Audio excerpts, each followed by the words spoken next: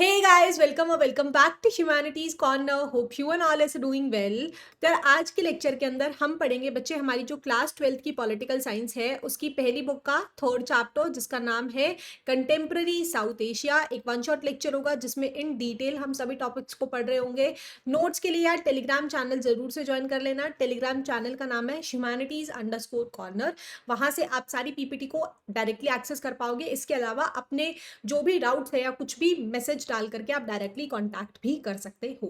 ठीक है, तो बिना किसी देरी के चैप्टर को स्टार्ट करते हैं। कंटेम्प्रेरी साउथ एशिया, अगर हम इस एक्सप्रेशन को लेते हैं तो इसका मतलब है हम 7 कंट्रीज को इंक्लूड कर रहे हैं, जिसमें कौन कौन आता है? बांग्लादेश आता है, भूटान आता है, इंडिया, मालदीव, नेपाल, पाकिस्तान और श्रीलंका। ठीक है, अब चाइना की अगर हम बात करते हैं तो चाइना भी एक बहुत इंपॉर्टेंट प्लेयर है, बट इसको इतना इंपॉर्टेंट पार्ट नहीं माना जाता हमारे इस रीजन के अंदर। ठीक है, अगर क्वेश्चन आ सकता है कि which among the following country is not a part of south Asian region, तो कौन सी नहीं होगी? चाइना नहीं होगी।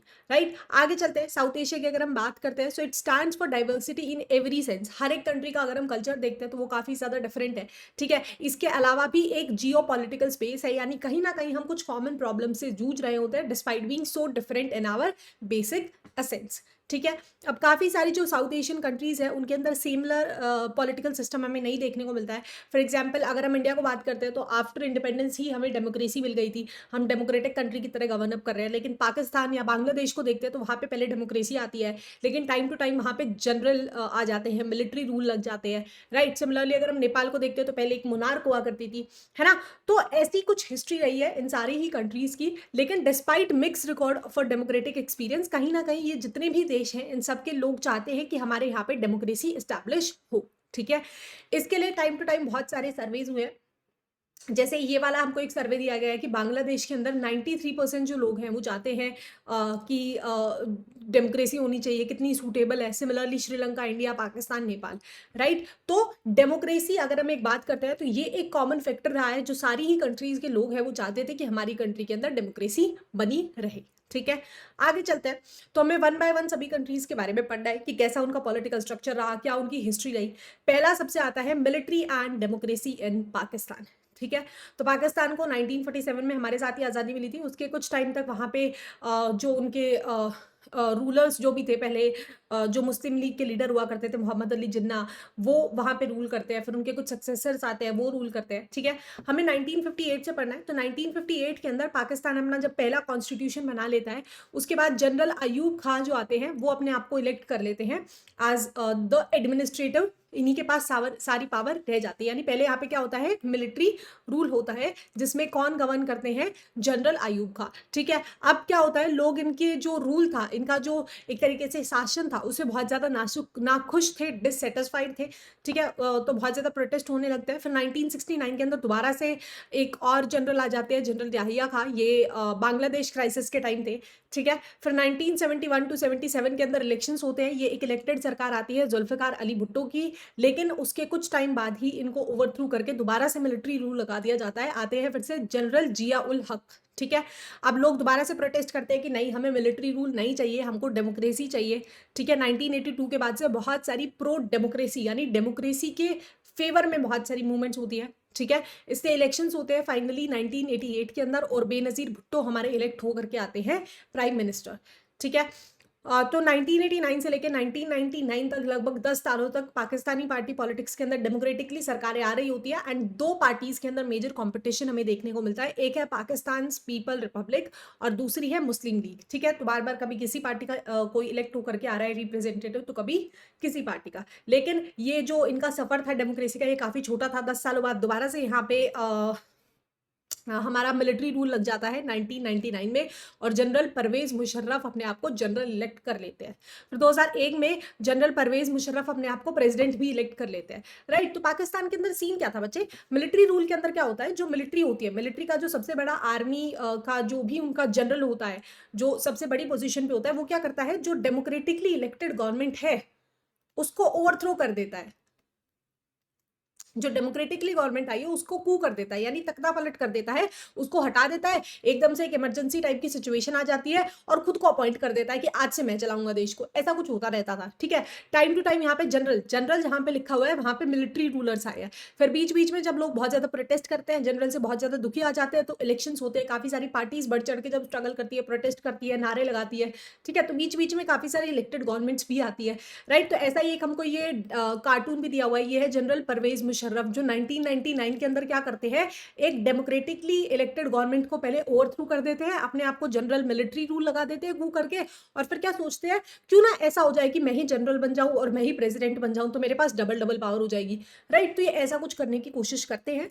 तो जो पाकिस्तान की हिस्ट्री रही है, आज भी अगर आप वहां पर पे जाकर के देखते हो, इस साल इलेक्शंस हुए थे, इलेक्शंस में भी बहुत मेजर स्केल के ऊपर करप्शन हुआ था, जो उनके पहले वाले प्राइम मिनिस्टर थे इमरान खान, उनको जेल में डाल दिया गया था, राइट। तो जो पाकिस्तान की पॉलिटिकल हिस्ट्री रही है वो बहुत ही ज्यादा डिसरप्टेड रही है ना। टाइम टू टाइम वहां पे मिलिट्री आ जाते हैं, बिकॉज कोई भी ऐसी स्ट्रॉन्ग पॉलिटिकल पार्टीज नहीं है, ठीक है। सारा कंट्रोल उन्होंने टेक्निकली आर्मी को ही दिया हुआ है स्टार्ट से, है ना। जो अब उनको काफी ज्यादा नुकसान दे रहा है। अब लोग चाहते हैं कि डेमोक्रेसी आए, लेकिन आज सच कोई स्ट्रॉन्ग रिप्रेजेंटेटिव ही नहीं है। वहां का जो कोर्ट है या जस्टिस सिस्टम है वो भी कहीं ना कहीं मिलिट्री के ही कंट्रोल में है, तो वो उन्हीं के अकॉर्डिंग फैसले लेता है, और जो भी ऐसे बड़े रिप्रेजेंटेटिव्स होते हैं उनको उठा करके जेल में डाल दिया जाता है, राइट। तो सिचुएशन जो है वो काफी ज्यादा अनस्टेबल यहाँ पे हमें देखने को मिली है, ठीक है। ये एक बेसिक सा चार्ट पेपर मैंने बना दिया था। यहाँ से ऐसा कुछ क्वेश्चंस आते नहीं है। क्वेश्चंस आते हैं तो ये पूछा जाता है कि ऐसे कौन से वेक्टर्स हैं कि पाकिस्तान के अंदर डेमोक्रेसी हमेशा से अनस्टेबल रही है, यहाँ से क्वेश्चन निकल करके आता है। ऐसे मैंने 5 से 6 पॉइंट्स लिखे हैं, जैसे ग्लोबल इस्लामिक टेरर हो गया, कोई भी जेन्युइन इंटरनेशनल सपोर्ट नहीं है, यूएसए या बड़ी बड़ी जो कंट्रीज है वो खुद चाहती है कि पाकिस्तान के अंदर क्या रहे, मिलिट्री रूल रहे, वो डेमोक्रेसी को वहां पे सपोर्ट करती ही नहीं है, ठीक है। इसके अलावा मिलिट्री की ही डोमिनेंस हमें देखने को मिलती है, करप्शन बहुत ज्यादा है, ठीक है। और पाकिस्तान की जो कन्फ्लिक्ट है इंडिया के साथ वो भी इसका एक रीजन मानी जाती है, ठीक है। तो यहां से क्वेश्चन आता है, तो इस पॉइंट को हमने थोड़ा सा डिटेल में पढ़ना है। देखो, पहला पॉइंट है social dominance of military, clergy and land owning aristocracy. Pakistan के अंदर बहुत ज्यादा करप्शन है, मिलिट्री के पास डोमिनेंस होती है, यानी सरकार से ज्यादा पावर जो एक डेमोक्रेटिकली इलेक्ट होकर के आई है, उससे भी ज्यादा पावर उनके आर्मी जनरल्स के पास होती है, वही सारे मेजर फैसले उनके ले रहे होते हैं, ठीक है। और ये स्टार्ट से चलता आ रहा था। मे बी अगर इनिशियली किसी ने इस चीज को अपोज किया होता, कुछ स्ट्रॉन्ग पॉलिटिकल पार्टीज ने अपोज किया होता, तो आज ऐसी हालत ना होती, राइट। बट तब तो वो मस्त थे ना अपने टेररिज्म को सपोर्ट करने में, कितने सारे टेररिस्ट को वो पनाह दे करके रखते थे, तो आज उसी का खामियाजा कहीं ना कहीं वो भुगत रहे हैं, ठीक है। तो सोशल डोमिनेंस हमेशा यहाँ से मिलिट्री की रही है। क्लर्जी यानी जो भी आपका एक तरीके से एडमिनिस्ट्रेटिव सिस्टम है, अब वो लोग भी मिलिट्री के ही कंट्रोल में रहते थे। इसके अलावा लैंड ऑनिंग एरिस्टोक्रेसी, जिन लोगों के पास बहुत बड़ी बड़ी जमीनें हैं, उनका मेजर गोल होता था कि वो अपने प्रॉफिट करे, अपने प्रोजेक्ट्स लॉन्च करे, उनको कोई लेना देना नहीं है कि डेमोक्रेसी आ रही है नहीं, उन्हें चाहिए कि उनके प्रोजेक्ट्स पास ऑन होने चाहिए, ठीक है। तो इससे काफी बार ओवरथ्रू हुआ है जो इलेक्टेड गवर्नमेंट्स आई हैं, क्योंकि मिलिट्री इतनी ज्यादा है, उनके पास इतनी पावर है, तो वो डेमोक्रेटिकली गवर्नमेंट को एक अपने आप उठती है, फटाफट से कू लगाती है, उनको हटा करके अपना मिलिट्री गवर्नमेंट रूल एस्टैब्लिश कर लेती है। कोई एज सच कोई मेजर वो है ही नहीं, राइट। सेकेंड पॉइंट अगर हम देखते हैं तो पाकिस्तान की कंफ्लिक्ट जो है इंडिया के साथ, वो भी एक बहुत मेजर रीजन मानी जाती है। काफी जो अगर यूएसए या बाकी जो कंट्रीज है वो सपोर्ट करती है कि पाकिस्तान को डेमोक्रेटिकली इलेक्टेड गवर्नमेंट की बजाय मिलिट्री रूल ही ज्यादा अच्छे से गवर्न कर सकता है, राइट। तो वो डिफरेंट डिफरेंट अपनी दलीलें देती है और जस्टिफिकेशन देती है, एंड इसी जस्टिफिकेशन के चक्कर में पाकिस्तान का बेड़ा गर्क कर दिया है मिलकर यूएसए ने और चाइना ने, ठीक है। थर्ड अगर हम देखते हैं तो थर्ड है lack of genuine international support for democratic rule. कोई भी ऐसा बड़े स्केल के ऊपर कभी भी, जब भी इंडिया आज से, अभी तो बहुत हमारी सिचुएशन बेटर हो गई जिस तरीके से हम पाकिस्तान से डील कर रहे हैं, अदरवाइज आज से 10-15 सालों पहले हमारे ऊपर इतने सारे टेररिस्ट अटैक हुआ करते थे श्रीनगर के अंदर, जम्मू कश्मीर के अंदर, कौन करवाता था? पाकिस्तान कराता था। और हमारे यहाँ की गवर्नमेंट भी इतनी स्ट्रांग नहीं थी कि उसके अपोज में कुछ भी बातचीत कर सके इंटरनेशनल लेवल पे। उस टाइम पे हमें इतना सपोर्ट भी नहीं मिलता था, राइट। सो ये पावर चाहती, ब्रिटिशर्स छोड़ के गए जम्मू कश्मीर वाले इशू को, बिकॉज दे वांटेड कि इंडिया के अंदर एक ना एक ऐसा मुद्दा रहे जिसके अंदर इंडिया हमेशा इंगेज रहे, राइट। तो ऐसा कोई आपको इंटरनेशनल सपोर्ट भी नहीं मिला है ग्लोबल प्लेटफॉर्म से जो कहीं ना कहीं पाकिस्तान के अंदर डेमोक्रेसी को एस्टैब्लिश करने के लिए आवाज उठाए या उस चीज को सपोर्ट करे, ठीक है, वो हमेशा से ही मिलिट्री डोमिनेंस को ही एनकरेज बढ़ावा देते आए हैं, राइट। उसके बाद फोर्थ है threat of global Islamic terrorism. काफी सारी यूएस या जो वेस्टर्न कंट्रीज हैं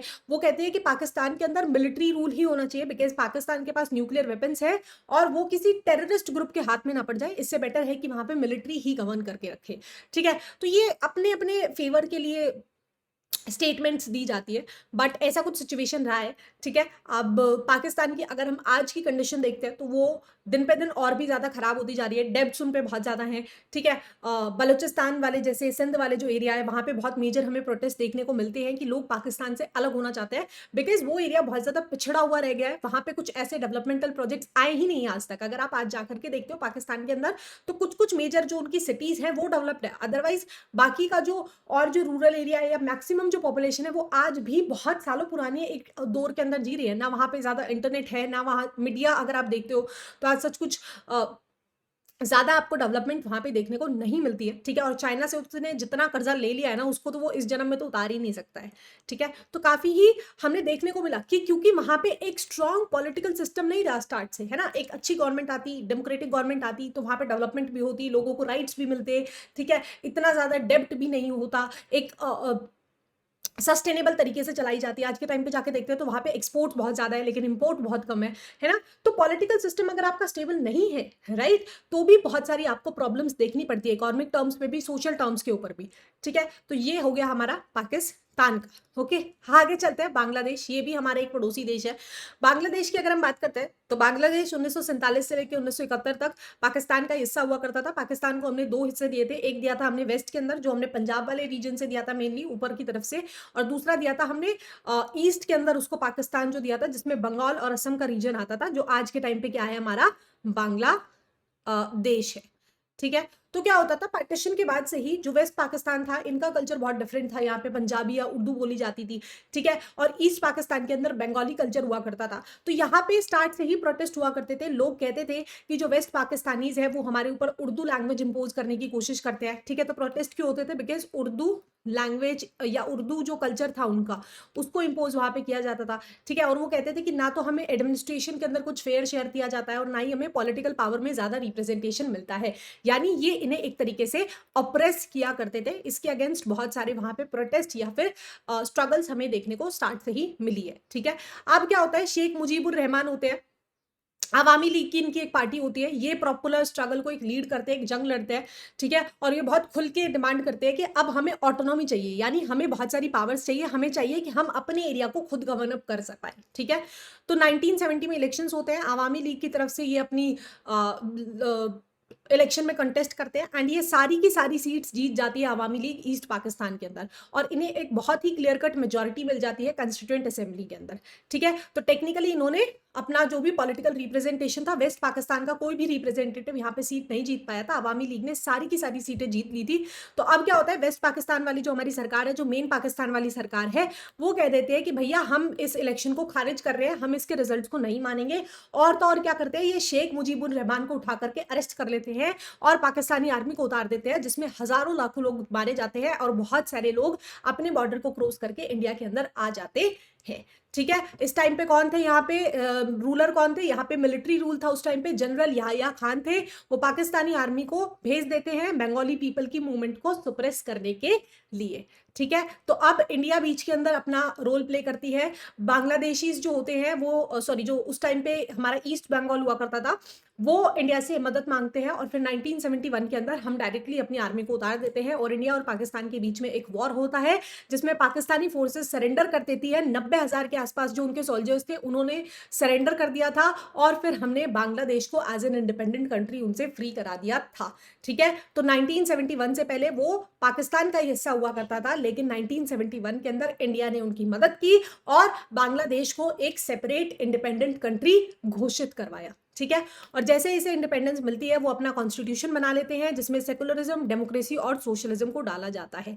तो अभी तक हमने पढ़ लिया कि 1947 से लेके 71 तक बांग्लादेश जो था वो पाकिस्तान का हिस्सा हुआ करता था, लेकिन उनके साथ बहुत सारे अनफेयर ट्रीटमेंट्स होते थे, उनको ऑप्रेस किया जाता था, उनके लैंग्वेज को कहीं ना कहीं डीमीन करके दूसरे कल्चर, दूसरी लैंग्वेज, उर्दू लैंग्वेज को उनके ऊपर इम्पोज किया जा रहा था। तो शेख मुजीब उर रहमान उस लड़ाई को लड़ते हैं। 1970 में इलेक्शन होते हैं, शेख मुजीबुर रहमान और उनकी पार्टी सारी सीट्स को जीत जाती है ईस्ट पाकिस्तान में, लेकिन जो वेस्ट पाकिस्तान की सरकार थी वो इस इलेक्शन को खारिज कर देती है और इसके रिजल्ट को नहीं एक्सेप्ट करती है। साथ के साथ शेख मुजीबुर रहमान को भी अरेस्ट कर लेती है और आर्मी को उतार देती है, जिसमें बहुत सारे लोग इंडिया से सपोर्ट की डिमांड करते हैं और फिर लड़ाई होती है और उसके अंदर बांग्लादेश को आजादी मिल जाती है।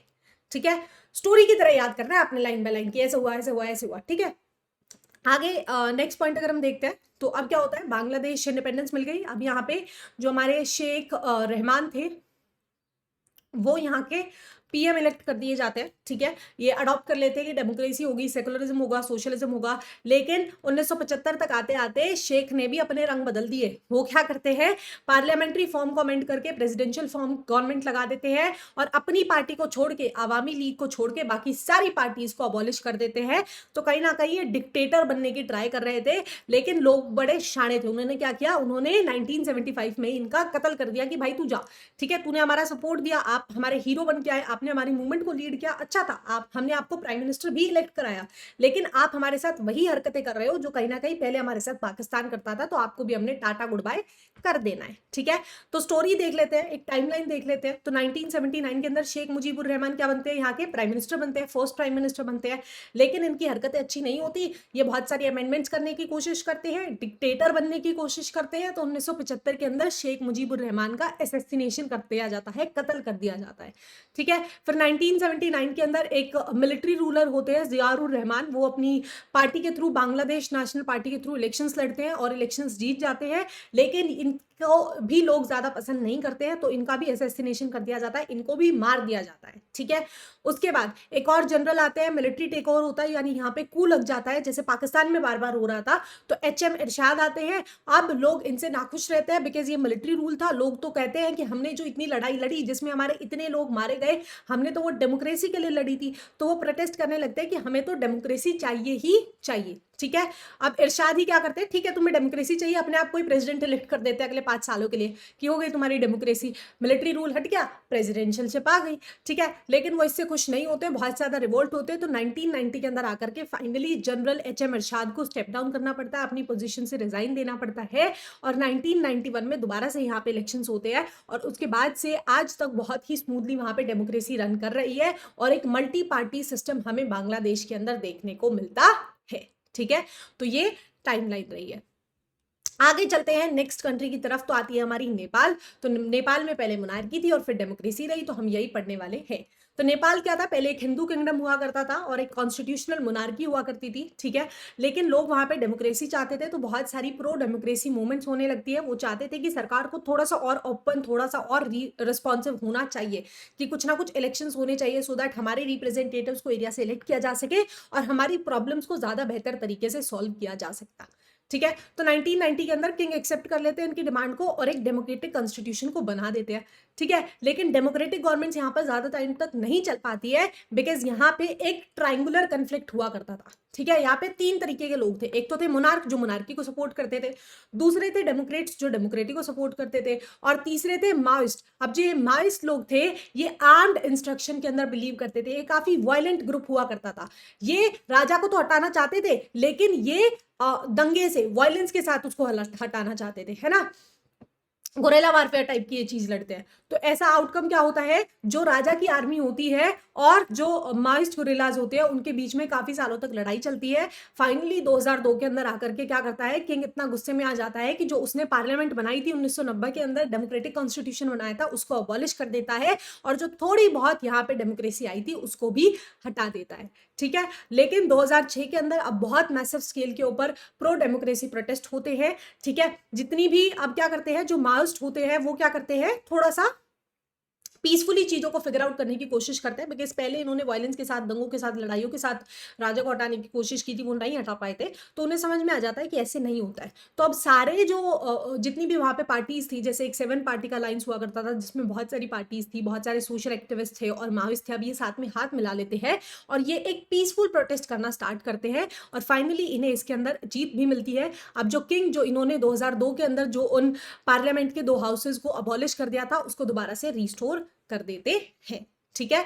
तो 1990 में क्या हुआ, किंग ने एक्सेप्ट कर ली, जो लोग डिमांड रख रहे थे कि हमें डेमोक्रेटिक कॉन्स्टिट्यूशन चाहिए, पार्लियामेंट आ जाती है। लेकिन 2002 के अंदर बिकॉज सिचुएशन बहुत खराब हो गई थी, जो माइस थे वो लड़ाइयां कर रहे थे, गोरेला वॉरफेयर कर रहे थे, तो किंग ने पार्लियामेंट को अबॉलिश कर दिया और सरकार को डिसमिस करके जो थोड़ी बहुत डेमोक्रेसी वहां पे आई थी उसको भी खत्म कर दिया था। ठीक है। फिर 2006 के अंदर दोबारा से प्रोटेस्ट होते हैं, तो किंग को फोर्स किया जाता है और वो दोबारा से हाउस ऑफ रिप्रेजेंटेटिव को रिस्टोर कर देते हैं।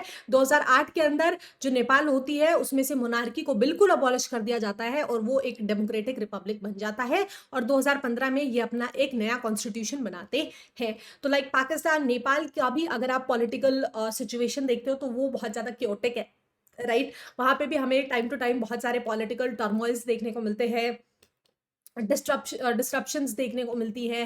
ठीक है। तो काफ़ी अनस्टेबल है। अभी इलेक्शंस हुए थे, आई गेस अभी हुए हैं या लास्ट ईयर हुए हैं, मेरे को याद नहीं है, बट आई गेस नवंबर दिसंबर के बाद ही हुआ है, ये लास्ट फेजेस में ही हुआ है। दोबारा से वहाँ पे इलेक्शंस हो रहे थे, बहुत सारे मेजर प्रोटेस्ट हो रहे थे। ठीक है। कुछ पार्टीज है नेपाल के अंदर, जैसे हमने पढ़ा कि नेपाल एक हिंदू किंगडम हुआ करता था, वो डिमांड करती है कि नेपाल को दोबारा से हिंदू राष्ट्र बना देना चाहिए। ठीक है। तो बहुत सारी यहाँ पे पॉलिटिकल अनस्टेबिलिटी हमें टाइम टू टाइम देखने को मिलती है। कॉन्स्टिट्यूशन भी इनका ज़्यादा कुछ सक्सेसफुल नहीं रह पाया, ये बहुत बार अपने कॉन्स्टिट्यूशन को अमेंड कर चुके हैं, हर बार कुछ ना कुछ प्रॉब्लम आ जाती है और बहुत सारे यहाँ पे पॉलिटिकल क्राइसिस हमें देखने को मिलते हैं। ठीक है। आगे चलते हैं। तो कुछ जो सेक्शन है नेपाल के, वो अभी भी चाहते हैं कि कुछ ना कुछ मिनिमल मोनार्की यहाँ पे होनी चाहिए, राइट। अब जो माइस्ट ग्रुप है उन्होंने जो आर्म्ड स्ट्रगल जो अभी तक वो लड़ते आ रहे थे, जो वायलेंट बिहेवियर था, उसको गिव अप कर दिया है। ठीक है। अब जो माइस्ट लोग हैं वो चाहते हैं कि कुछ रेडिकल प्रोग्राम्स आने चाहिए जो सोशल या फिर इकोनॉमिक रीस्ट्रक्चरिंग में हेल्प करे, थोड़ा जल्दी इन चीज़ों की तरफ ध्यान देना चाहिए इकोनॉमिक इंफ्रास्ट्रक्चर को इम्प्रूव करने के लिए। ठीक है। लेकिन सारी जो बाकी हमने पढ़ी थी कि 7 पार्टी अलायंस करके एक पार्टी, बहुत सारा पार्टी का अलायंस हुआ करता था, उनमें काफ़ी सारी पार्टीज़ हैं जो इन चीज़ों से एग्री नहीं करती है, उनकी कुछ डिफरेंट डिमांड्स हैं। तो ऐसा ही कुछ हमारा नेपाल की जर्नी रहा है, जो अभी तक काफ़ी अनस्टेबल है, काफ़ी हद तक आप बोल सकते हो। ठीक है। आगे चलते हैं। Ethnic conflict and democracy in Sri Lanka. तो श्रीलंका की अगर हम देखते हैं तो श्रीलंका का हमने क्लास 10th के अंदर भी पढ़ा था, है ना, सिन्हाला वर्सेस तमिल। तो कुछ वैसा ही हमें को थोड़ा सा डिटेल में पढ़ना है। तो श्रीलंका को आज़ादी मिलती है 1948 के अंदर। ठीक है। और जैसे उसको आज़ादी मिलती है उसके बाद से वहाँ पे डेमोक्रेसी है। ठीक है। अब जो पॉलिटिक्स थी श्रीलंका के अंदर, बेसिकली क्या है, श्रीलंका के अंदर हमें 2 कम्युनिटीज देखने को मिलती है। एक है सिन्हाला कम्युनिटी जो मेजोरिटी में है यहाँ पर, और दूसरी है हमारी तमिल कम्युनिटी जो माइनॉरिटी में है। ठीक है। और जो ये तमिल है ये मोस्टली इंडियन ओरिजिन के हैं। ठीक है। जो इंडिया से गए थे वहां पे एज अ प्लांटेशन वर्कर या खुद माइग्रेट होके जो वहां पे रहते हैं। ठीक है। तो यहाँ पे जो पॉलिटिक्स है वो हमेशा से ही सिन्हाला कम्युनिटी डोमिनेट करती है। तमिल्स के साथ यहाँ पे बहुत ज़्यादा एक्सप्लॉयटेशन होता है, ना उनको जॉब्स के अंदर कुछ ज़्यादा प्रेफरेंसेस दी जाती है, ना एजुकेशनल इंस्टीट्यूशंस के अंदर, और ना ही पॉलिटिकल एडमिनिस्ट्रेशन के अंदर। ठीक है। तो कहीं ना कहीं ये लोग जो थे वो बहुत ज़्यादा हॉस्टाइल हो गए थे। ठीक है। अब जो सिन्हाला थे वो ये कहते थे कि क्योंकि हम मेजॉरिटी में हैं, हम नेटिव सिटीजन्स हैं श्रीलंका के, तो श्रीलंका हमें बिलोंग करता है और इसीलिए तमिल्स को कुछ भी कंसेशंस यानी रियायतें नहीं दी जाएंगी, ना उन्हें जॉब्स में, ना उन्हें एजुकेशन में, ना उन्हें ऑक्यूपेशन के अंदर कुछ भी फायदे नहीं दिए जाने चाहिए। जो कुछ है वो सब कुछ सिन्हाला कम्युनिटी का ही है। ठीक है। तो अब जो निग्लेक्टेड तमिल्स होते हैं वो क्या करते हैं, धीरे धीरे अपने आप को मिलिटेंट होने लग जाते हैं, वायलेंट होने लग जाते हैं, बिकॉज ये पहले बहुत सारे प्रोटेस्ट करते हैं, अपनी डिमांड्स को रखते हैं पीसफुली, लेकिन उसका कोई भी इनको फायदा नहीं मिलता है, तो अब वो धीरे धीरे वायलेंट एक्टिविटीज में पार्टिसिपेट करने लग जाते हैं। ठीक है। तो अब क्या होता है, 1983 तक आकर के इन्होंने अपनी एक मिलिटेंट ऑर्गेनाइजेशन बनानी थी जिसका नाम था लिबरेशन टाइगर्स ऑफ तमिल इलम, LTTE। इसकी फुल फॉर्म को याद कर लेना, लिबरेशन टाइगर ऑफ तमिल इलम्स। ठीक है। सिन्हाला कम्युनिटी को लॉयन से डिनोट किया जाता है और तमिल कम्युनिटी को हमारा टाइगर से डिनोट किया जाता है। और जैसा कि इनके नाम में है तमिल इलम, ये एक सेपरेट स्टेट की मांग करते हैं। ये कहते हैं कि जो नॉर्थ ईस्टर्न वाला जो रीजन है हमारा श्रीलंका का, उसके अंदर तमिल पॉपुलेशन ही ज्यादातर रहती है, तो ये डिमांड करते हैं कि इसको एक सेपरेट कंट्री बना दिया जाए तमिल इलम के नाम से, ठीक है। तो डिमांड है इनकी तमिल इलम। एरिया ये कौन सा कंट्रोल करते हैं, नॉर्थ ईस्टर्न पार्ट को ये कंट्रोल करते हैं। तो ये कार्टून भी दिया हुआ है कि ये है हमारी सिन्हाला गवर्नमेंट, ठीक है, जो बैलेंस बनाने की कोशिश कर रही है between Sinhala community and Tamil community, लेकिन ये पूरी तरीके से हमें फेल होती हुई नजर आ रही है, ठीक है।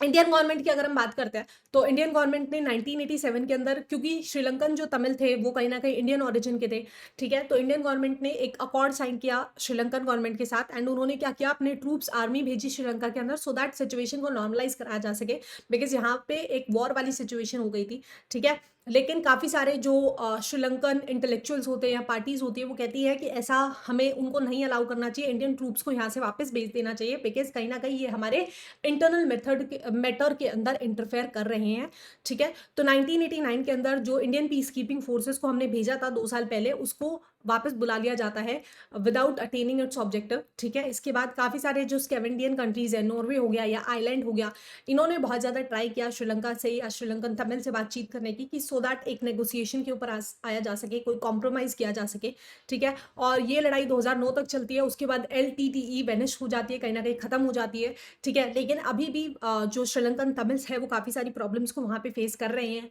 ठीक है। एक तरीके से जो आर्म्ड कन्फ्लिक्ट थी, जो सिविल वॉर था, वो खत्म हो गया था, लेकिन प्रॉब्लम का सोल्यूशन अभी भी नहीं हुआ है, ठीक है। सो ये हमें कुछ देखने को मिलता है। जो स्टोरी यही रही है, 1949 में श्रीलंका को आज़ादी मिल जाती है और वो डेमोक्रेसी को अडॉप्ट कर लेता है, लेकिन 1983 के 82 के बाद से ही यहाँ पे बहुत मैसिव हमें वायलेंट एक्टिविटीज़ देखने को मिलती है। LTTE जिसकी फुल फॉर्म है liberation tiger Tamil, sorry, liberation tigers of Tamil, वो एक लड़ाई लड़ रही है, वो चाहती है कि नॉर्थ ईस्टर्न स्टेट को सेपरेट करके तमिल इलम बना दिया जाए, ठीक है। फिर 1987 में इंडियन गवर्नमेंट ने भी अपने पीस कीपिंग फोर्सेस को भेजा था, लेकिन 1989 में वो उनको वापस बुला लेती है और 2009 के अंदर LTTE कहीं ना कहीं हमें खत्म होता हुआ नजर आता है, ठीक है। तो अब इसके कंक्लूजन में ये दिया गया है, जो अगर आप अभी प्रेजेंट सिचुएशन से कंपेयर करोगे तो ये इसके बिल्कुल अपोजिट है, ठीक है। बुक का डेटा ऑलरेडी बहुत पुराना है, तो मेक श्योर करो जब आप पॉलिटिकल साइंस को स्पेसिफिकली पढ़ रहे हो, राइट, तो आप एक बार नेट पे जा करके इन सभी टॉपिक्स को सर्च करके देखो।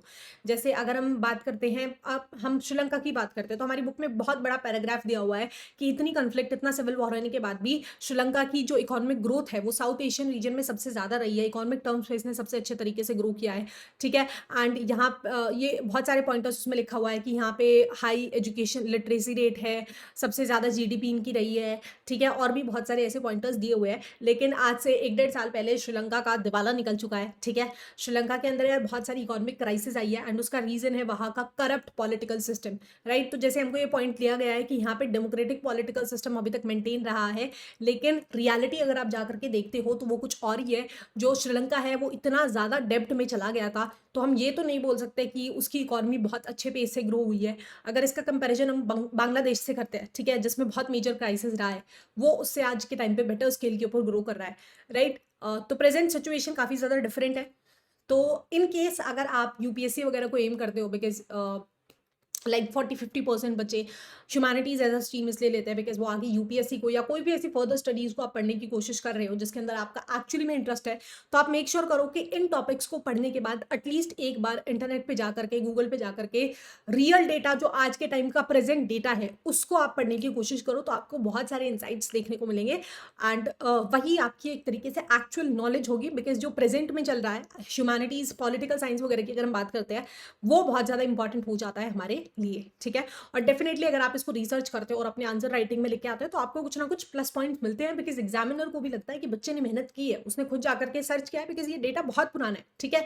हमारी बुक में ट्रेड के शेयर दिए हुए हैं कि 2011 में हमारा चाइना के साथ इतना ट्रेड था, 12 में इतना था, 13 में इतना था, उससे मैटर नहीं करता। आज के टाइम पे हमारे चाइना के साथ बहुत डिफरेंट रिलेशनशिप्स हैं, राइट। सिमिलरली श्रीलंका के साथ, नेपाल के साथ, है ना, पाकिस्तान के साथ, तो वो बहुत इंपॉर्टेंट हो जाता है। अब इसके बाद नेक्स्ट हमारी कंट्री आती है तो भूटान और मालदीव बहुत छोटे, हमारा ज़्यादा हमें डिटेल में नहीं पढ़ना है। तो भूटान की अगर हम बात करें, भूटान आज भी एक मोनार्की है, वहाँ पे किंग का रूल चलता है, लेकिन अभी रिसेंट टाइम में उन्होंने मल्टी पार्टी डेमोक्रेसी के अंदर काफ़ी हद तक ट्रांजिशन कर लिया है। बहुत सारी ऑपोजिशन पार्टीज़ को भी यहाँ पे अलाउ किया जाता है इलेक्शंस में कंटेस्ट करने के लिए, ठीक है। मालदीव की अगर हम बात करते हैं, मालदीव 1968 तक एक सल्तनत हुआ करता था, उसके बाद से ये एक प्रेसिडेंशियल फॉर्म ऑफ गवर्नमेंट हमें यहाँ पे देखने को मिली है, रिपब्लिक बन गया है, ठीक है। उससे पहले सल्तनत थी। और डेमोक्रेसी यार यहाँ पे 2005 के बाद ज्यादा हमें स्ट्रेंथन होती हुई दिखाई दी है, बिकॉज उससे पहले ज्यादातर एक या दो ही पार्टीज एग्जिस्ट किया करती थी। 2005 के बाद यहाँ पे एक्चुअली में बहुत सारी ऑपोजिशन पार्टीज को अलाउ किया गया, लीगलाइज किया गया, जिसके बाद से हमें मल्टी पार्टी सिस्टम यहाँ पे देखने को मिलता है, ठीक है। आगे चलते हैं। तो यहाँ पे हमारी जो एक बेसिक इंट्रोडक्शन था कि हमारे जो 6 नेबरिंग कंट्रीज है जो साउथ एशिया के अंदर, इंडिया का हमें पता है ऑलरेडी पॉलिटिकल सिस्टम सेटअप कैसा है, वो हमें नहीं पढ़ना है। आगे जो हमारी सेकंड बुक है उसमें हम डिटेल में कवर अप कर रहे होंगे इंडियन पॉलिटिक्स को, इलेक्शंस को, है ना। तो बाकी की जो 6 कंट्रीज थी हमने देख लिया कि कैसा उनका पॉलिटिकल स्ट्रक्चर रहा है, फिर कैसे कैसे धीरे धीरे इवॉल्व हुआ है, राइट। आगे देखते हैं India and it's neighbour, other neighbours. तो इस टॉपिक के अंदर मेनली हमें इंडिया के इन्हीं नेबर्स के साथ रिलेशनशिप्स पढ़ने हैं, ठीक है। सबसे पहले इंडिया और पाकिस्तान का अगर हम रिलेशनशिप देखते हैं तो हमारे स्टार्ट से ही वॉर रहे हैं। जैसे 1947 में जब हमें आज़ादी मिली थी, उसके ठीक कुछ महीनों बाद ही 1948 वाला कन्फ्लिक्ट हो गया था, जिसमें काफ़ी सारा पीओके पाकिस्तान ने ऑक्यूपाई कर लिया था, ठीक है। एंड फिर उसको लाइन ऑफ कंट्रोल के थ्रू डिवाइड किया गया था। तो पाकिस्तान, सॉरी, जम्मू एंड कश्मीर आज भी 2 हिस्सों में बटा हुआ है, पीओके वाला पाकिस्तान के पास है और बाकी जो मेजर प्रोविंस है वो इंडियन टेरिटरी का हिस्सा है, ठीक है। उसके बाद फिर हमारा 65 में भी वॉर होता है, ठीक है। फिर 71 में हम वॉर ऑलरेडी डिस्कस करके आए हैं डिटेल के अंदर, जिसमें हमने पढ़ा है बांग्लादेश को जब हमने आज़ादी दिलवाई थी, ठीक है, राइट। अभी भी कश्मीर वाला जो इशू है वो अनसेटल्ड है, राइट। 370 तो हट गई है, पाकिस्तान आज तक 370 का रोना रो रहा है। बट एनीवेज अब जो मेजर फोकस है वो पीओके के ऊपर है। बहुत सारी न्यूज़ भी आती रहती है। अभी जब भी जम्मू कश्मीर की कॉन्स्टिट्यूंट असेंबली को भी बनाया गया है, वहां पर भी पीओके के लिए काफ़ी सारी सीट्स को रिजर्व करके रखा गया है, ठीक है। उसके बाद 1999 के अंदर हमारा करगिल वॉर होता है। ये जो 1965 1999 वाले वॉर्स हैं, हम काफ़ी चैप्टर्स में पढ़ रहे होंगे। सेकेंड बुक जब हम पढ़ेंगे वहां भी हम डिटेल में इन वॉर्स को पढ़ रहे होंगे, ठीक है। ओके, आगे देखते हैं। और भी बहुत सारे ऐसे इश्यूज हैं जिनके ऊपर हमारी पाकिस्तान के साथ नहीं बनती है, ठीक है। सियाचिन ग्लेशियर के कंट्रोल के ऊपर बहुत सारा हमारा अभी भी कन्फ्लिक्ट रिजॉल्व नहीं हुआ है, ठीक है। इसके अलावा आर्म्स रेस है दोनों कंट्रीज के बीच में। जब 1998 के अंदर इंडिया ने पोखरान के अंदर अपना पहला सक्सेसफुल न्यूक्लियर एक्सप्लोजन कर लिया था, तो पाकिस्तान ने हमारी कॉपी की थी एंड उसके जस्ट कुछ महीनों बाद ही उसने भी चिगोई हिल्स के अंदर अपना न्यूक्लियर टेस्ट परफॉर्म किया था, ठीक है।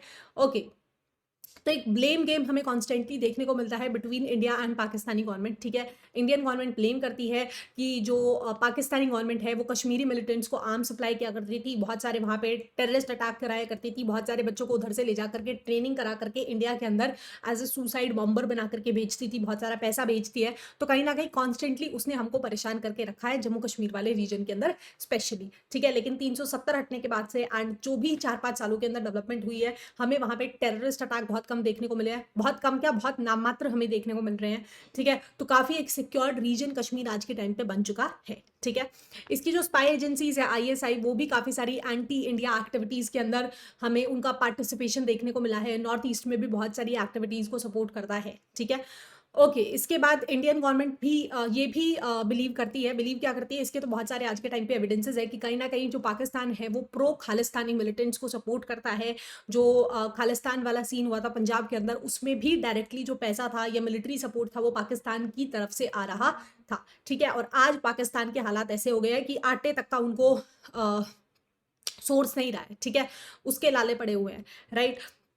उसके बाद जो गवर्नमेंट है पाकिस्तान की, वो इंडियन गवर्नमेंट को ब्लेम करती रही है कि हमारी जो स्पाई एजेंसीज हैं या सीक्रेट एजेंसीज हैं वो सिंध या बलूचिस्तान के अंदर काफ़ी सारी ट्रबल क्रिएट करके रखती हैं। वाटर ट्रीटी की अगर हम बात करते हैं तो 1960 के अंदर वर्ल्ड बैंक ने मीडिएट करके इंडस वाटर ट्रीटी को कराया था। आज तक भी काफ़ी सारे इश्यूज हमें देखने को मिलते हैं इंडस वाटर ट्रीटी को लेकर के। इसके अलावा बाउंड्री इश्यूज हमारे बहुत सारे हैं पाकिस्तान के साथ। रन ऑफ कच्छ के अंदर भी है, जो सर क्रैक वाली लाइन है।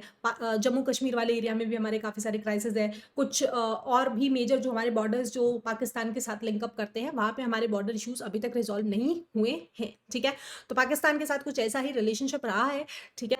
आगे चलते हैं इंडिया एंड बांग्लादेश के रिलेशनशिप्स की अगर हम बात करते हैं तो बांग्लादेश के साथ भी हमारे काफ़ी सारे इश्यूज हैं।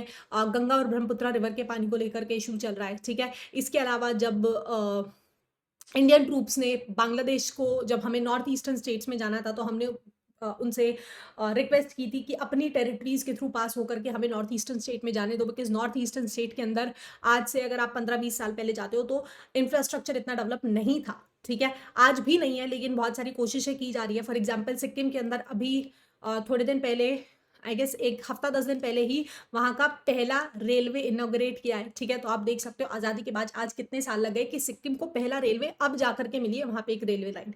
ठीक है, तो जब हमने इनसे रिक्वेस्ट की थी कि आपकी बाउंड्रीज के थ्रू हो करके हम नॉर्थ ईस्टर्न एरियाज में जा सकते हैं, बिकॉज टाइम टू टाइम वहाँ पे भी बहुत सारे कन्फ्लिक्ट्स हमें देखने को मिले हैं, तो इन्होंने साफ मना कर दिया था। ठीक है, इसके अलावा जब हमने म्यांमार के थ्रू, इनकी टेरिटरी के थ्रू हमने एक पाइपलाइन लगाने की कोशिश की थी नेचुरल गैस को इम्पोर्ट करने एक्सपोर्ट करने के लिए, उसके लिए भी इन्होंने मना कर दिया था। राइट, तो ऐसे कुछ सिचुएशंस हमारे रहे हैं। रिलेशनशिप ज़्यादा अच्छे नहीं थे, लेकिन जब से शेख हसीना प्राइम मिनिस्टर के तौर पे आई है पिछले कुछ सालों से, हमारे काफ़ी अच्छे रिलेशनशिप्स उनके साथ रहने लगे हैं। ठीक है, इसके अलावा जो बांग्लादेश गवर्नमेंट है वो अक्यूज़ करती है कि जो इंडियन गवर्नमेंट है वो एक रीजनल बुली की तरह बिहेव करती है जब वाटर शेयर करने की बात आती है, या फिर चित्तगोंग हिल के अंदर हमारे यहाँ पे बहुत सारे एंटी बांग्लादेश एक्टिविटीज़ कराती है, ये क्लेम करती है बांग्लादेशी गवर्नमेंट। ठीक है, इसके अलावा वो कहते हैं कि हमारे साथ ट्रेड में अनफेयर है। ठीक है, ये पुराना डेटा हो गया। अगेन जैसा मैंने पहले बोला कि नेट पे आप जरूर से सर्च करो। ठीक है, हमारे बाउंड्री डिस्प्यूट अभी तक है, लेकिन अगर हम देखते हैं तो बांग्लादेश के साथ हमारे काफी सारे रेलवे प्रोजेक्ट है। त्रिपुरा के अंदर अगरतला से हमारा एक डायरेक्ट रेल लिंकअप है बांग्लादेश के साथ। ठीक है, इसके अलावा एक दो और रेलवे प्रोजेक्ट्स है जो अभी अंडर कंस्ट्रक्शन है, वो सब चल रहे हैं। साथ के साथ हमने यहाँ पे बहुत सारा पैसा इन्वेस्ट किया है डिफरेंट डिफरेंट सेक्टर्स के अंदर। इसके अलावा हमने यहाँ पे थर्मल पावर प्लांट्स लगाए हैं, जैसे मैत्री थर्मल पावर प्लांट करके एक पावर प्लांट का नाम है। तो कहीं ना कहीं आज के टाइम पे हमने बहुत ज़्यादा इन्वेस्टमेंट वहाँ पे किया है। और बांग्लादेश एज अ कंट्री भी अगर हम देखते हैं तो वहाँ की टेक्सटाइल इंडस्ट्री आज के टाइम पे बहुत बूम अप कर रही है ना। बांग्लादेश की तरह वो कंगला भिखारी नहीं रह रहा है। बांग्लादेश एक्चुअली में अपने इंफ्रास्ट्रक्चर के ऊपर, इकोनॉमी के ऊपर काफ़ी हद तक काम कर रहा है। ठीक है, तो कॉपरेशन हमें देखने को मिला है पिछले 20 सालों में। इकोनॉमिक रिलेशनशिप्स हमारे काफ़ी ज़्यादा इंप्रूव हुए हैं। हमने इनको डिजास्टर मैनेजमेंट, एनवायरमेंटल क्राइसिस के टाइम भी काफ़ी बार मदद की है। जब बाढ़ वगैरह आ जाती है ढाका में तो बहुत बार हमने उनको ह्यूमैनिटेरियन या फिर फाइनेंशियल एड भी दिया है। ठीक है, इसके अलावा बांग्लादेश इंडिया की लुक ईस्ट पॉलिसी का नाम बदल करके अब एक्ट ईस्ट पॉलिसी कर दिया है। ये मैंने आपको कल भी पढ़ाया था, जो हमारा इससे पहले वाला वीडियो रहा है ऑल्टरनेटिव सेंटर ऑफ पावर में। नहीं देखा है तो आई बटन पे क्लिक करके देख लो। ठीक है, उसके अंदर भी बांग्लादेश हमारे साथ, उसके साथ हमारे काफ़ी सारे फ्री ट्रेड एग्रीमेंट्स हैं, और हमारा एक हाईवे प्रोजेक्ट भी चल रहा है जिसमें बांग्लादेश भी से भी हम कनेक्ट कर पाएंगे। राइट, और 2015 के अंदर काफ़ी सारे एनक्लेव्स को भी एक्सचेंज किया गया था। तो आज के टाइम पे अगर हम बात करते हैं तो बांग्लादेश के साथ काफ़ी अच्छे हमारे रिश्ते नाते हैं ट्रेड टर्म्स पे भी, और इसके अलावा हम काफ़ी फील्ड्स के अंदर कॉपरेट भी कर रहे हैं। हमने काफ़ी सारा पैसा यहाँ पे इन्वेस्ट भी किया है। ठीक है, आगे चलते हैं। नेपाल और इंडिया की बात करते हैं तो इंडिया और नेपाल के अंदर हम बिना ट्रैवल के, सॉरी बिना वीज़ा के हम ट्रैवल कर सकते हैं। तो फ्री ट्रैवल पॉलिसी रही है दोनों कंट्रीज़ के बीच में। इसके अलावा इंडिया काफ़ी सस्पिशियस रहता है बिकॉज नेपाल के और जो चाइना के जो भी रिलेशनशिप्स है कहीं ना कहीं तो उससे हमें एक थोड़ा बहुत प्रॉब्लम है, बिकॉज चाइना हमेशा हमारे अगेंस्ट में एक्टिविटीज़ करता रहता है। इसके अलावा हमारे जो नॉर्थ ईस्टर्न स्टेट्स के अंदर जो नक्सलाइट मूवमेंट्स होती थी कहीं ना कहीं उनको हवा देते थे ये नेपालीज माओइस्ट ग्रुप, जो हम पहले भी पढ़ के आए हैं कि एक वायलेंट यहाँ पे ऑर्गेनाइजेशन एग्जिस्ट करती है, कुछ ऐसी एजेंसीज हैं। ठीक है, तो ये भी हमें एक प्रॉब्लम फैक्टर इनकी तरफ से रहा है। इसके अलावा नेपाल और इंडिया की अगर हम बात करते हैं तो नेपाल कहता है कि जो इंडियन गवर्नमेंट है वो उसके इंटरनल अफेयर्स के अंदर इंटरफेयर करती है, एंड कहीं ना कहीं वो नेपाल क्योंकि एक लैंडलॉक्ड कंट्री है तो उनको ट्रेड करना के लिए मुसीबतें देती है। ठीक है, लेकिन हाल ही में अगर हम देखते हैं तो नेपाल के साथ हमारे रिलेशनशिप्स काफ़ी इंप्रूव हो रहे हैं। सॉरी, बिहार से नेपाल तक एक रेलवे लाइन जा रही है। ठीक है, जो कहीं ना कहीं नेपाल को इंडियन एरियाज तक एक्सेस करने में हेल्प करती है, बाकी with in the India trade करने के लिए हेल्प करती है। एंड वहाँ से इनका काफ़ी सारा, नेपाल का काफ़ी सारा जो ट्रेड है वो हमारे पोर्ट्स के थ्रू हो रहा होता है, इंडियन पोर्ट्स के थ्रू हो रहा होता है। राइट, तो कहीं ना कहीं ट्रेड में तो डेफिनेटली हम इनकी हेल्प करते ही है। अदरवाइज नेपाल का खुद का कोई पोर्ट नहीं है बिकॉज ये एक लैंड लॉक नेशन है। ठीक है, और क्या लिखा जा सकता है इसके अंदर, और एक सेकेंड, हाँ हमारे बहुत सारे यहाँ पे थर्मल पावर प्रोजेक्ट्स हमने यहाँ पे लॉन्च किए हैं। अगैन यहाँ पे भी हमने बहुत सारा पैसा इन्वेस्ट करके रखा है। इसके अलावा हमारी यहाँ पे एक पाइपलाइन भी है जो बिहार के बरूनी रीजन को कहीं ना कहीं नेपाल वाले रीजन से, एक पाइपलाइन भी है दोनों कंट्रीज के बीच में। तो वो भी एक काफ़ी सारे ऐसे मतलब प्रोजेक्ट्स हमारे चल रहे हैं आज के टाइम पे अगर हम देखते हैं तो नेपाल के साथ भी। ठीक है, इंडिया और श्रीलंका की अगर हम बात करते हैं तो जब इंडियन तमिल्स की बात आती है तो हमारे लिए न्यूट्रल रहना वो एक बहुत डिफिकल्ट सिचुएशन आ जाते हैं, बिकॉज कहीं ना कहीं आज भी इंडियन तमिल्स को वहाँ पे ऑपरेस किया जाता है। ठीक है, इसके अलावा हमारे काफ़ी सारे फ्री ट्रेड एग्रीमेंट्स है श्रीलंका के साथ, और हमने श्रीलंका को उनकी पोस्ट सुनामी क्राइसिस में भी हेल्प की थी, और अभी भी जो वहाँ पे फाइनेंशियल क्राइसिस चल रही है उसमें भी हमने काफ़ी हद तक उनको एड दी है। ठीक है, और इंडियन तमिल्स के लिए हमने अराउंड 10,000 एक हाउसिंग पॉलिसी लेकर के आए थे, जिसमें हमने वहाँ के जो इंडियन तमिल्स जो प्लांटेशन वर्कर की तरह काम करते हैं उनके लिए 10,000 घर बनाए हैं। ठीक है, ऐसी बहुत सारी स्कीम्स हैं, बहुत सारे फेजेस के अंदर इन लोगों को कहीं ना कहीं हम हेल्प करने की कोशिश कर रहे हैं। ठीक है, इसके अलावा यहाँ पे अडानी ग्रुप की अगर हम बात करते हैं, काफ़ी टाइम तक वो न्यूज़ में भी रहा था।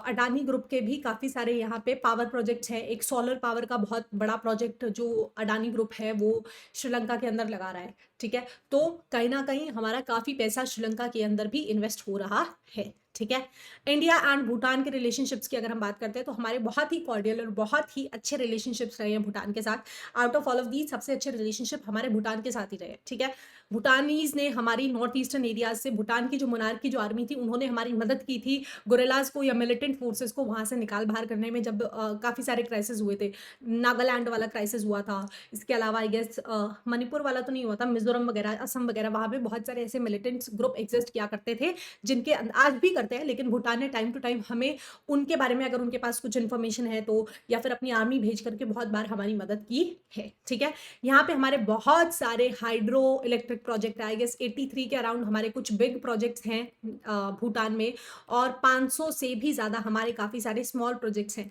तो हमने यहाँ के बैंकिंग सेक्टर के अंदर, मैन्युफैक्चरिंग सेक्टर के अंदर बहुत सारा पैसा इन्वेस्ट कर रखा है, बिकॉज बहुत ही रिलायबल नेशन है भूटान हमारे लिए, क्राइसिस के टाइम में बहुत ज़्यादा हमें काम भी आया है। ठीक है, इसके अलावा इंडियन गवर्नमेंट भूटानीज जो स्टूडेंट्स होते हैं उनको स्कॉलरशिप भी ऑफर करती है। राइट, तो बहुत अच्छे कॉर्डियल हमारे रिलेशनशिप्स रहे हैं। हमने कोविड के टाइम पे भूटान को 5 लाख से भी ज़्यादा वैक्सीन्स भी सप्लाई की थी।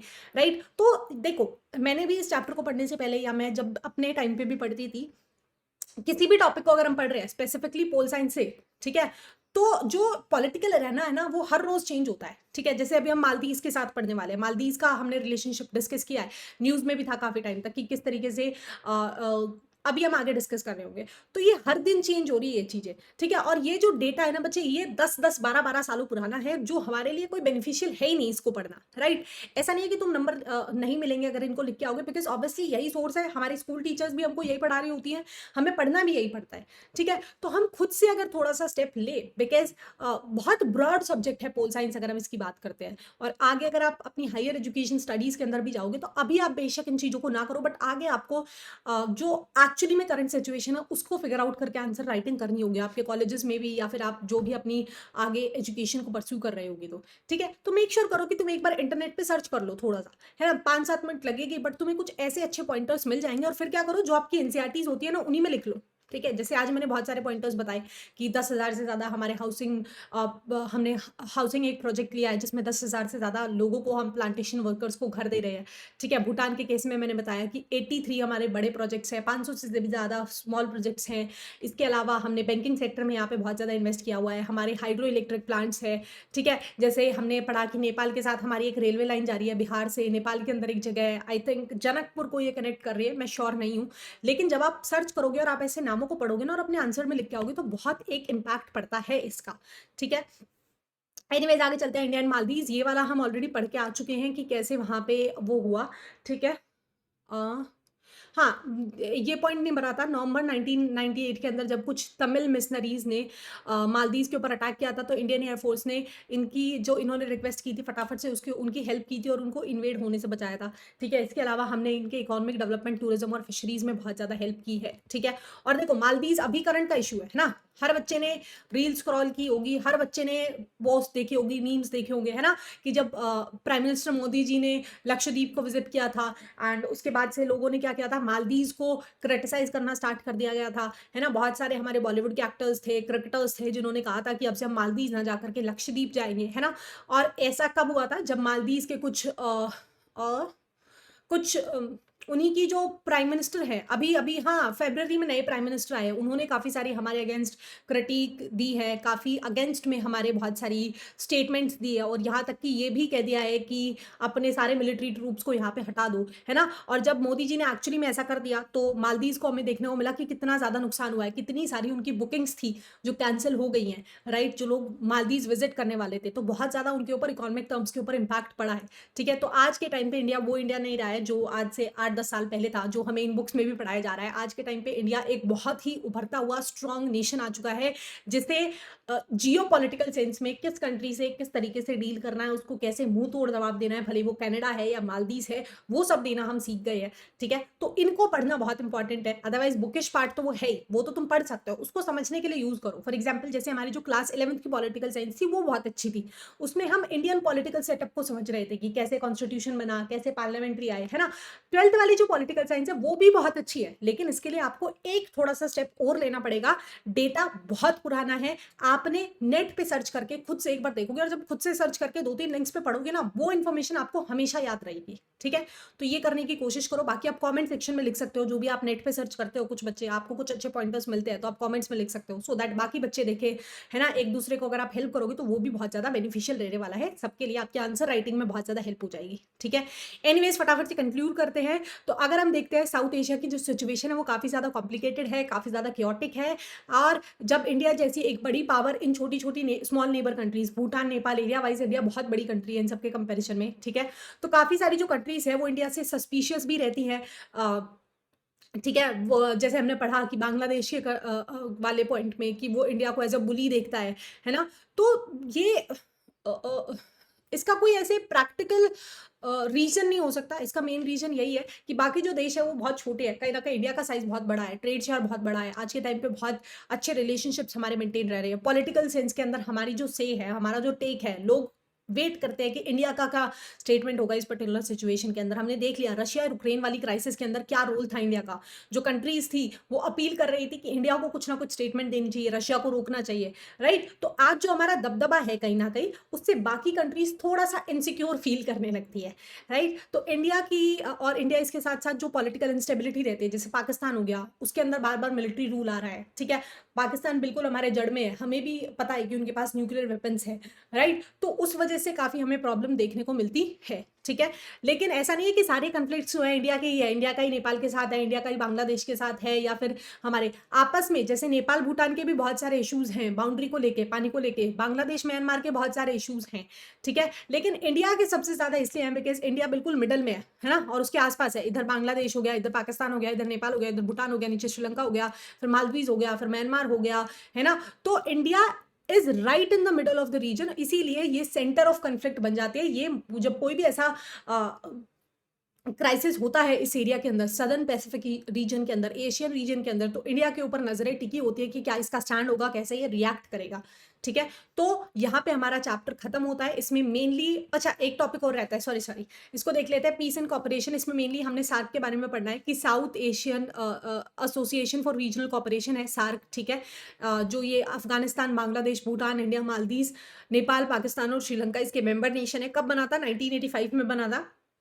सार्क के जो मेंबर्स हैं उनके बीच में साफ्टा यानी फ्री ट्रेड एग्रीमेंट्स होते हैं कि हम जब साथ में ट्रेड करेंगे तो ज़्यादा टैक्सेस नहीं इंपोज करेंगे एक दूसरे के ऊपर। ठीक है, थोड़ा ताकि दोनों ही कंट्रीज़ के लिए बेनिफिशियल हो और हम ग्रो कर पाए साथ में। ठीक है, अभी जो एग्रीमेंट था ये 2004 के अंदर साइन किया गया था and it came into effect on 1 जनवरी 2006। कौन सा एग्रीमेंट? साफ्टा एग्रीमेंट, है ना। साफ्टा की भी फुल फॉर्म याद रखना और सार्क की भी फुल फॉर्म याद रखना। सार्क बना है 1985 में और साफ्टा कब से इफेक्ट में आया है? 1 जनवरी 2006 से। ठीक है, साफ्टा का मेजर एम यही है कि ट्रेड टेरिफ्स को कम करना, मेंबर नेशन ये है। ठीक है, अब काफी सारी जो नेबरिंग कंट्रीज हैं वो अब क्रिटिसाइज भी किया जाता है साफ्टा को कि इंडिया साफ्टा के थ्रू, इंडिया जो बाकी कंट्रीज है उनकी मार्केट्स के ऊपर डोमिनेट करना चाहता है इन्वेस्टमेंट करके या बिजनेस पर्पसेस के थ्रू, उनकी जो सोसाइटी है उसको कहीं ना कहीं इन्फ्लुएंस करना चाहता है।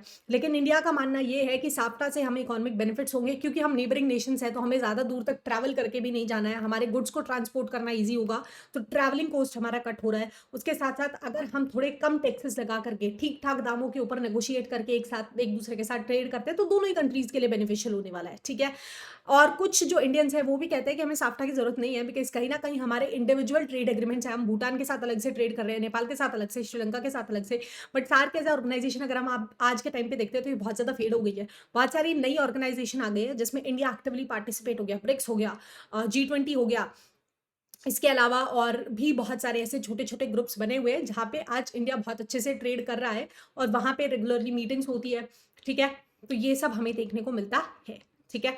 अब इतनी सारी कॉन्फ्लिक्ट्स के होने के बजाय इंडिया और पाकिस्तान ने काफ़ी कोशिश की है पीस मेंटेन करने की, बहुत सारे कॉन्फिडेंस बिल्डिंग मेजर्स हैं हम दोनों के बीच में, राइट? सोशल एक्टिविज़्म है, इसके अलावा काफ़ी लीडर्स आपस में मिलते रहते हैं सो दैट कहीं न कहीं तरीके से इस डिस्प्यूट को रोका जा सके और पीस मेंटेन की जा सके साउथ एशियन रीजन के अंदर। बहुत सारे इनिशिएटिव्स भी किए गए थे, जैसे बस रूट्स को ओपन अप किया गया था, ट्रेड भी बार-बार दोनों कंट्रीज़ के बीच में कभी रिस्ट्रिक्ट होता रहता है, फिर दोबारा से चालू हो जाता है जैसे-जैसे हमारे रिलेशनशिप्स ठीक होते हैं, ठीक है? इसके अलावा चाइना और यूएसए का भी एक बहुत मेजर रोल रहा है साउथ एशियन पॉलिटिक्स के अंदर, ठीक है? अगर हम चाइना के और इंडिया के रिलेशनशिप्स देखते हैं वो काफ़ी इम्प्रूव हुए हैं, लेकिन कुछ इम्प्रूव नहीं हुए हैं, ठीक है? अभी अगर हम पिछले 2-3 साल से देखते हैं जिस तरीके से चाइना ने 2-3 बार गालवान वाले रीजन के अंदर हमको अटैक करने की कोशिश की है, ठीक है? इसके अलावा और भी मेजर क्राइसिस आई है कि चाइना ने अभी-अभी एक नया मैप अपना लॉन्च किया था, जिसमें हमारी जो 30 हिमालयन रीजन की इंडियन साइट्स हैं, उनको नाम चेंज करके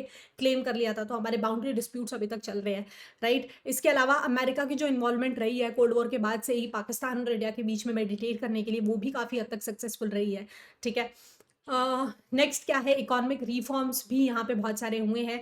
अगर हम देखते हैं साउथ एशिया का, अगर हम फ्यूचर देखते हैं एज़ अ कंट्री, तो वो डिपेंड करता है उसके लोगों के ऊपर और उसकी गवर्नमेंट के ऊपर कि वो कैसे रिलेशनशिप साथ में मेंटेन करके रखते हैं, ठीक है? अगर वो पीसफुली किसी भी मैटर को सॉल्व करने की कोशिश है तो बहुत अच्छा है, नहीं करते हैं तो फिर वही लड़ाइयाँ होंगी, एयर स्ट्राइक्स होंगी और ऐसा ही सिचुएशन चलता रहेगा जिसमें किसी को फ़ायदा नहीं होने वाला, दोनों ही कंट्रीज़ को नुकसान होने वाला है, ठीक है?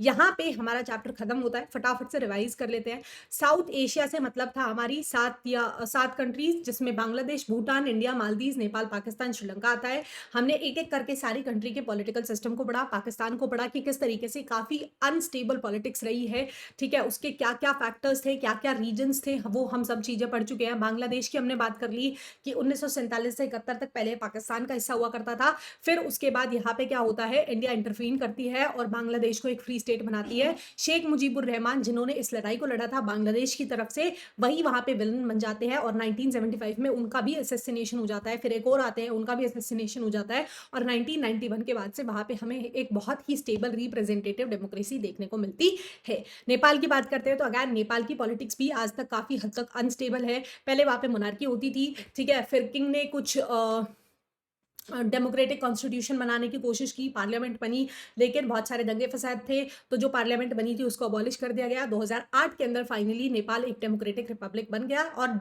मोनार्की को पूरी तरीके से अबॉलिश कर दिया गया है, ठीक है?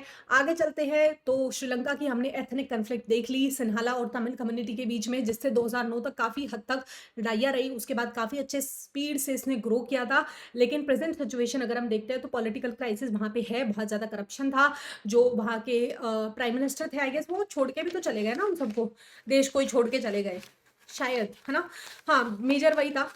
और फिर क्या हुआ, इकोनॉमिक टर्म्स पे आज वो बहुत ज़्यादा लॉसेस झेल रही है, बिकॉज़ उसके ऊपर बहुत ज़्यादा डेब्ट हो गया है, कर्जा हो गया है। भूटान का बहुत सिंपल सा एक्सप्लेनेशन था कि वो भूटान आज भी मोनार्की है और अभी हमें वहाँ पे काफ़ी हद तक डेमोक्रेसी देखने को मिलती है। मालदीव की बात करें तो 1968 तक एक सल्तनत हुआ करता था, 2005 के बाद से वहाँ पे मल्टी पार्टी अलाउड है और अच्छी खासी डेमोक्रेसी वहाँ पर चल रही है। इंडिया और उसके बाकी नेबर्स के साथ हमने रिलेशनशिप्स डिस्कस कर लिए। मैंने कुछ एक्स्ट्रा पॉइंट्स को भी डालने की कोशिश की है, तो मेक श्योर करना, पढ़ो, थोड़ा-सा रिसर्च करो। बाद में हमने सार्क को भी पढ़ लिया और एंड तक आते-आते हमारा चैप्टर खत्म होता है। आई होप वीडियो पसंद आया हो। वीडियो अच्छा लगे तो चैनल को लाइक कर देना, अपने दोस्तों के साथ शेयर कर देना, कमेंट कर देना, सब्सक्राइब कर देना। That's all for today. See you in next. Bye bye.